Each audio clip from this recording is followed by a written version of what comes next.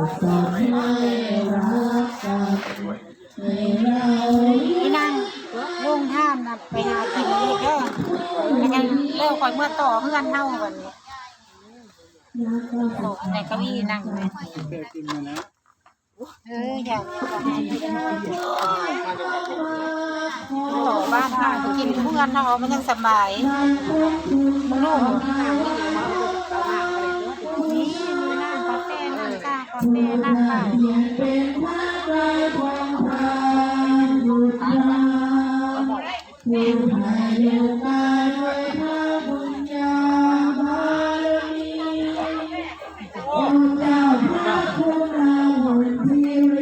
ตะเบินแกรถเอาไอติมให้เด็กน้อยอันนั้นเนี่ยมันอยากได้ไอติม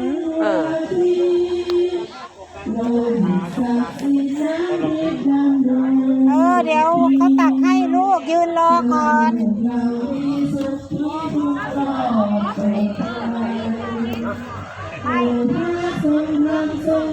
โอ้นี่ก็มากินเองบ่แล้วมากินอยู่นี่เดียวกับเวลากินเหล้ามันลุงคน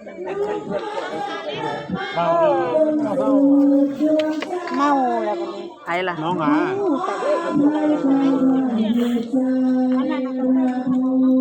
น้องแมวตอกเปิด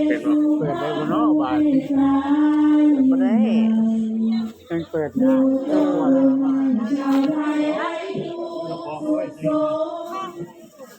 บ่ได้ก็บ่ได้กิน